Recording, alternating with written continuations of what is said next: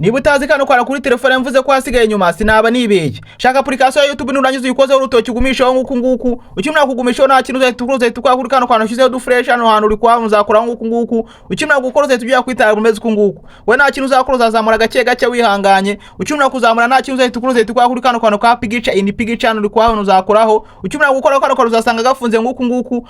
Kintu uzahita ukora uzahita ugafungura nguku nguku. Ukimara gufungura nguku nguku nta kintu uzahita ukora baka gake ya usubira inyuma. Ukimara gusubira inyuma nta kintu uzahita ufungura application ya YouTube dore ngizo uzayifungura nguku nguku. Ukimara kuyifungura nta kintu uzahita ukora uzahitamo video ushaka kureba. Twe na nkuru reka dufatire kuri ngizo uzahita uyifungura nguku nguku. Ukimara kuyifungura izafunguka nguku nguku nta kintu uzahita ukora baka gake ya usubira inyuma. Nurangiza uva kuri application ya YouTube uzahita uyivaho nguku nguku. Ukimara kuyivaho nguku nguku hano ushobora kuba wakoresha application ya YouTube uri kureba video kuri YouTube. Yena nkuru uri gukoresha izindi application zigiye zitandukanye. Hano nguku nguku ushobora kuba wafungura application ya WhatsApp nguku nguku. Kandi mu by'ukuri uri kureba na video kuri YouTube mu bintu byoroshye cyane. Urabona ko turi kureba video kuri YouTube kandi mu by'ukuri turi no gukoresha telefone yacu ibintu bigiye bitandukanye. Ese kano kantu warukazi kuri telefone niba rukazi bimbwira muri comment. Ikindi kandi bagirwa no kufollowinga.